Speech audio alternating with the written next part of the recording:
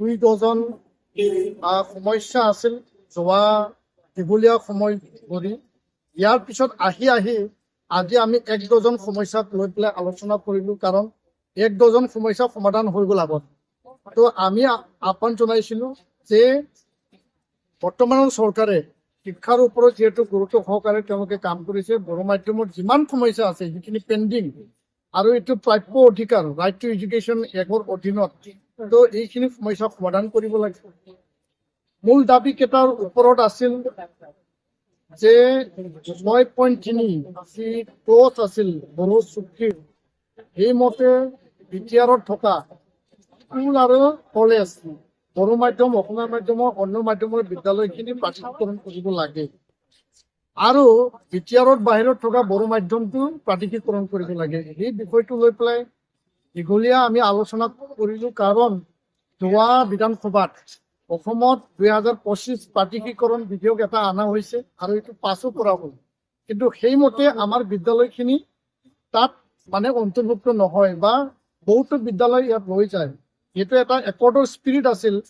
তো এই বিধানসভাত আমি দেখিবলৈ পালোঁ যে শিক্ষামন্ত্ৰী ডাঙৰীয়াই BTC কৰিবলৈ অধিকাৰ দি আছে, যিহেতু ই ট্ৰান্সফাৰ্ড ছাবজেক্ট।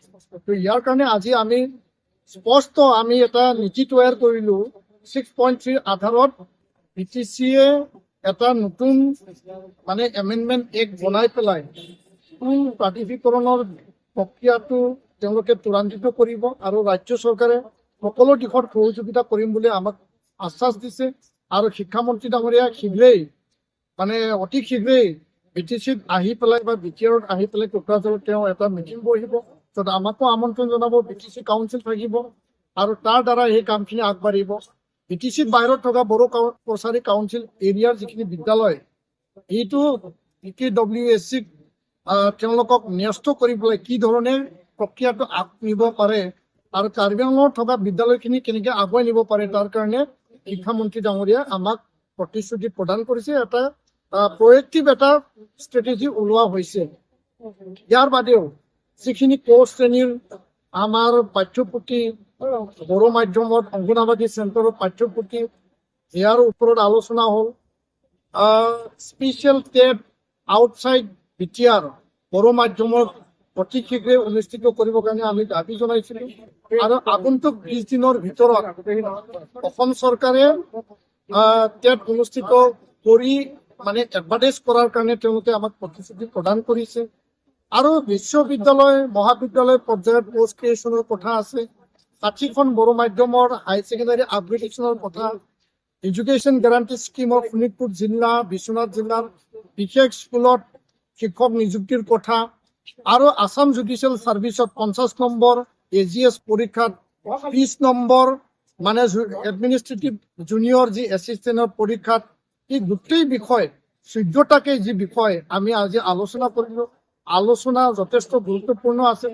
আলোচনাৰ যিখিনি সিদ্ধান্ত লোৱা হ'ল যথেষ্ট ফলপ্ৰসূ আৰু আলোচনা ভাল হোৱা বুলি আমি কৈছোঁ। এইকাৰণে কৈছোঁ যে এই চৰকাৰৰ এই সময়ত সকলো দিশটো সামৰি পেলাই বড়ো মাধ্যমৰ সমস্যা মানে মোটামুটি শেষ পৰ্যায়ত সমাধান কৰিবৰ কাৰণে আজি আমি ৰণোজ পেগু ডাঙৰীয়াক, শিক্ষামন্ত্ৰী ডাঙৰীয়াক আমি আহ্বান জনাইছোঁ। তেওঁ প্ৰতিশ্ৰুতি প্ৰদান কৰিছে যিমান পাৰোঁ আগন্তুক 2 মাহত প্ৰায়বিলাক সমস্যা নিষ্পত্তি কৰিম বুলি তেওঁ আমাক আশ্বাস দিছে।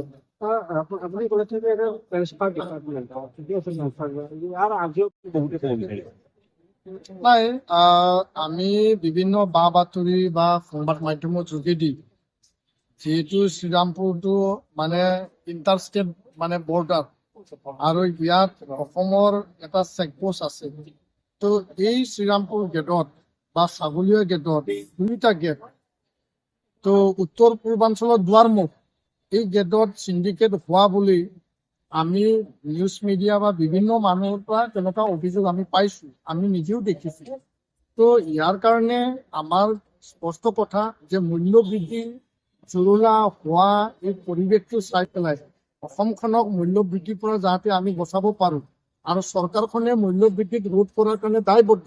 তো ইয়াৰ কাৰণে অসম চৰকাৰে বিশেষ এটা ব্যৱস্থা ল'ব লাগে। তাত যদি অবৈধভাৱে তাত যদি চিণ্ডিকেটৰ নামত কোনোবা যদি দালাল ৰাজ, চিণ্ডিকেট ৰাজ চলাই আছে, ৰাজ্য চৰকাৰে আৰু চৰকাৰখনে ইয়াৰ বিহিত ব্যৱস্থা ল'ব লাগে, কাৰণ যোৱাটো সময়ত এইটো আমি শুনা নাছিল। এতিয়া এই 1-1.5 মাহতে আমি চিণ্ডিকেটৰ কথা দিনে নিশাই আমি শুনি আছো, মানুহবিলাকে অভিযোগ দি আছে, সংবাদ মাধ্যমত দেখি আছো। তো চিণ্ডিকেট ৰোধ কৰাৰ কাৰণে ৰাজ্য চৰকাৰে ব্যৱস্থা ল'ব লাগে। কোনো চিণ্ডিকেটৰ কাৰণে কোনো মূল্য বৃদ্ধি, কণীয়ে হওক, কুকুৰাই হওক, গাহৰিয়ে হওক, যিয়ে হওক, এই চিণ্ডিকেটটো যাতে মাছৰ ক্ষেত্ৰত, কণীৰ ক্ষেত্ৰত কোনো কাৰণত যাতে নহয়।